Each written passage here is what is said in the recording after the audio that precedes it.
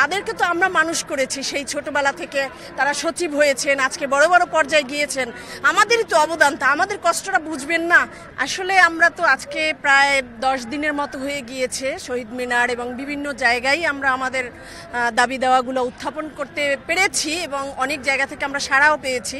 তা আমরা আশা করি, আমরা তো আসলে চরম পর্যায়ে, আমরা শিক্ষক তো আমরা যেতে পারছি না এখনো, কিন্তু ধীরে ধীরে আমাদেরকে যদি ওইদিকে নিয়ে যায় তাহলে আমরা অবশ্যই চরম পর্যায়ে চলে যাব।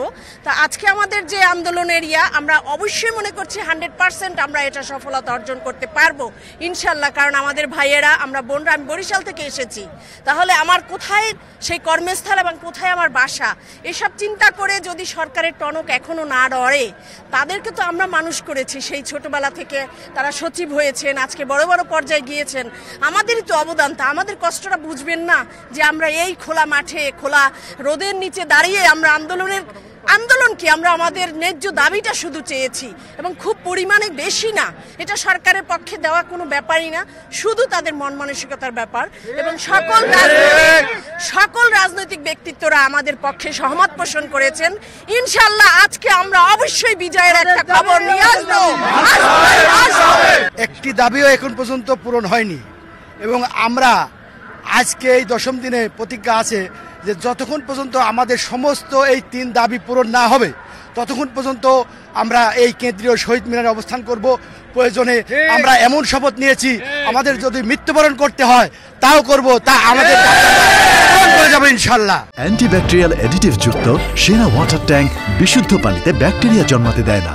আমরা শিক্ষক, আন্দোলন কিন্তু আমাদের জন্য মানায় না, কিন্তু জাতি আজ আমাদের আন্দোলন করতে বাধ্য করেছে। আমরা কিন্তু অট্টালিকার জন্য আন্দোলন করি নাই, আমরা করেছি সামান্যভাবে, একটু সুন্দরভাবে বেঁচে থাকার জন্য। আমরা আজ যে সচিবদের তৈরি করে দিয়েছি, তারা এসি রুমে বসে তাদের অতীত ভুলে গেছে, তাদের শিক্ষকদের কষ্ট ভুলে গেছে, তাই আমরা আজ আন্দোলনে নেমেছি। আমি শ্রীপুর জালালিয়া কামিল মাদ্রাসার একজন লেকচারার। আমার বাড়ি থেকে প্রায় 300 কিলোমিটার দূরে আমার প্রতিষ্ঠান অবস্থিত। সেখানে আমাকে বাসা ভাড়া নিয়ে থাকতে হয়। সেখানে 5-6 হাজার টাকার নিচে কোনো বাসা ভাড়া পাওয়া যায় না। আমাকে 5-6 হাজারের মধ্যে বাসা ভাড়া নিয়ে থাকতে হচ্ছে, আর অথচ সরকার আমাকে দেয় মাত্র 1000 টাকা। এই 1000 টাকায় আমি কি করে বাসা ভাড়া থাকবো, কিভাবে কি থাকবো? এটা কি আদৌ সম্ভব? এটা কি বুঝে না? এটা কি ওনাদের কি ছোট শিশু বাচ্চা যে ওনাদেরকে বুঝায় বলতে হবে যে 1000 টাকাতে বাসা কিভাবে থাকবে? এইভাবে আমার মতো হাজার হাজার লাখো শিক্ষক আছেন বাংলাদেশে যারা কিনা এখন অন্য জায়গায় থেকে চাকরি করতে হচ্ছে, কিন্তু তাদের এই 1000 টাকা বেতন, বাসা ভাড়া নিয়ে তারপর চিকিৎসা ভাতা 500। এটা কি আদৌ এই ডিজিটাল বাংলাদেশে আদৌ সম্ভব কিনা এই প্রশ্ন রাখতে চাই। আর তার পাশাপাশি আমরা আমাদের যে এই কর্মসূচি যে শুরু হয়েছে গত 10 দিন ধরে, আমাদের এই কর্মসূচি চলতে থাকবে, চলবে।